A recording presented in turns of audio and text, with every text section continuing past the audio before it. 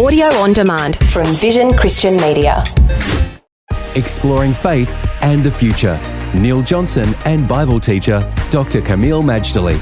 You might have seen the movie all about the Ten Commandments, which is based on the book of Exodus.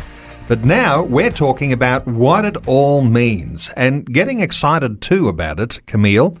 Let's talk about some more of these, what we call types. And let's talk about the nation of Egypt. How significant was it that the people of Israel were in Egypt? Good question. May I just say that we need the book of Exodus to understand the person and work of Christ. When we see what Exodus teaches about Christ, having been written over a millennia before he even walked the earth, it's very exciting to say the least. Now, the nation of Egypt is a wonderful place. I'm talking about today. It's got a rich history. It is a tourist magnet. There's plenty to see and do. From the Old Testament view, Egypt represented the world. It represented bondage. It represented corruption and despotism, like under Pharaoh, but especially the bondage. God allowed the sons of Jacob and Jacob himself, he brought them to Egypt. They came to Egypt because God took them there. Why did God take them to a place that has all this baggage, so to speak? Well, Egypt is a big country compared to Canaan. Egypt has a reliable source of water called the Nile. Egypt has plenty of room for grazing a flock and all. It would have been extremely difficult for the sons of Jacob to grow into a great nation while being in cramped, dry, arid Canaan. However, it was much easier to take the 76 people from the household of Jacob in the time of Genesis and then grow them into a big nation. Because by the time Moses came to the scene, approximately 400 years later, the 76 people from the household of Jacob had grown to 600,000 men of military age, not counting wives, not counting children.